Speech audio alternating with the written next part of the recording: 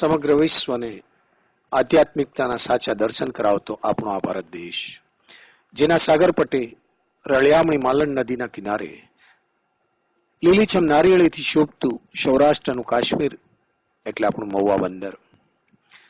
સૌરાષ્ટ્રના સાવજ શાસન સમ્રાટ આચાર્ય દેવેશ નેમિષુરીશ્વરજી મહારાજા, જેમની જન્મભૂમિ અને કર્મભૂમિ એટલે મહુવા બંદર. ચરમ તીર્થંકર શ્રી જીવિત મહાવીર સ્વામીના જિનાલયથી વિશ્વવિખ્યાત બનેલું તીર્થધામ એટલે આપણું મહુવા બંદર, જે મહુવા નગરના અનેક વિરલાઓ પૈકી એક એટલે પૂજ્ય શ્રી દેવચંદભાઈ માસ્તર સાહેબ, જેમણે સંવત 1997ના વૈશાખ માસમાં શુભ વિચારોના બીજને આપણા જિનાલયના સંકુલમાં અંકુરિત કર્યા અને શ્રાવણ સુદ 9 શનિવારની એ સોનેરી સવારે શ્રી મહાવીર સ્નાત્ર મંડળની સ્થાપના કરી. 8-10 બાળકોને શિક્ષિત કરવાના પ્રયાસ સાથે શરૂ થયેલી આ સંસ્કરણ યાત્રા આગળ વધી. પ્રભાવનાના પુરસ્કાર અને પૂજ્યના આશીર્વાદથી બાળકો પ્રોત્સાહિત થવા લાગ્યા. સન 2099માં શાસન સમ્રાટ શ્રી નેમિષુરી દાદાએ મહુવાની સવારને શણગારતી આ પ્રવૃત્તિથી આનંદિત થઈ શ્રી દેવચંદભાઈને આશીર્વાદ આપ્યા કે આ સ્નાત્ર મહોત્સવને અખંડિત રીતે આગળ ધપાવજો, અટકશો નહીં. પછી તો પૂછવાનું જ શું. પ્રભુ ભક્તિ સાથે ધર્મ સંસ્કરણની આ યાત્રા આગળ વધતી ચાલી. વધુ બાળકો જોડાતા ગયા. પૂજ્ય શ્રી દેવચંદભાઈએ આ ધરોહર સોંપી સુપુત્ર સુશ્રાવક શ્રી રમેશભાઈને, જેમાં તેમને સાથ સાંપડ્યો શ્રી ચીમનભાઈનો. વાજિંદ્રનાદ અને અહમનાદ સાથેની આ સફળ પહોંચી સુવર્ણ જયંતિના સુંદર મુકામે.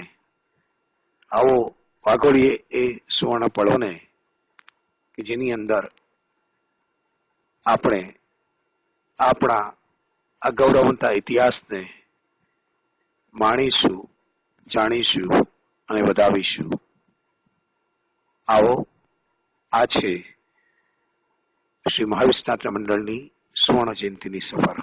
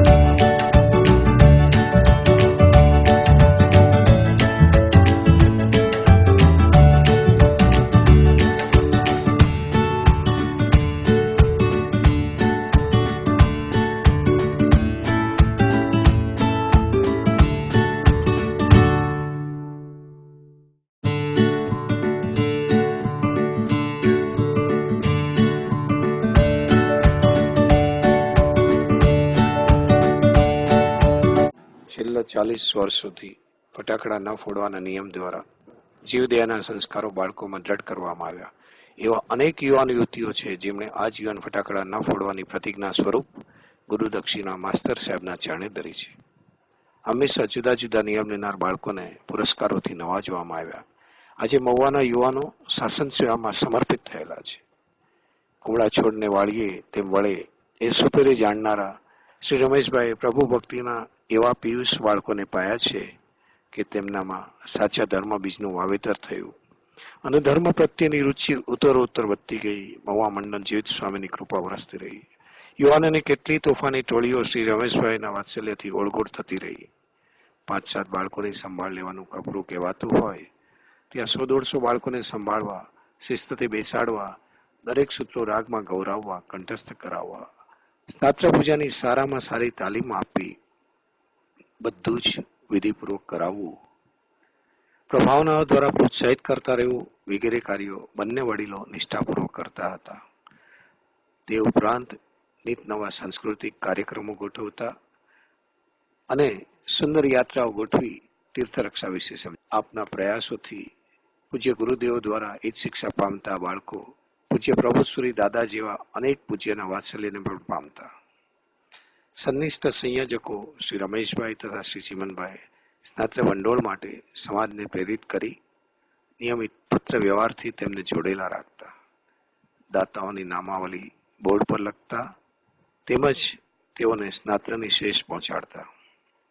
આવા અનેકવિધ કાર્યો કરતા રહેતા વિશેષમાં શ્રી રમેશભાઈ માટે તો આદરથી મસ્તક ઝૂકી જાય છે કે જેઓએ મહુવા નગરી છોડવી ન પડે અને કાયમ આ કાર્યમાં રહેવાય તે માટે અન્ય સ્થળોની વ્યવસાયિક તકોને પણ જતી કરી. આપે જે ભેખ ધરીને બાળકોમાં સંસ્કારનું સિંચન કર્યું છે તે જોતા એટલું કહેવું પડે કે જો એક માતા સુશિક્ષકની ગરજ સારે તો આપે તો સો માતા જેવું ભગીરથ કાર્ય કર્યું છે, જેને કારણે મહુવાનો યુવા વર્ગ આપના ચરણોમાં શીશ નમાવી આપના દીર્ઘાયુની પ્રાર્થના કરે છે અને કહે છે કે અમુ સૌ ભવ આપના ઋણી રહીશું. આ સંસ્કાર યજ્ઞ યુગો સુધી ચાલતો રહે તેવી મંગળ કામના.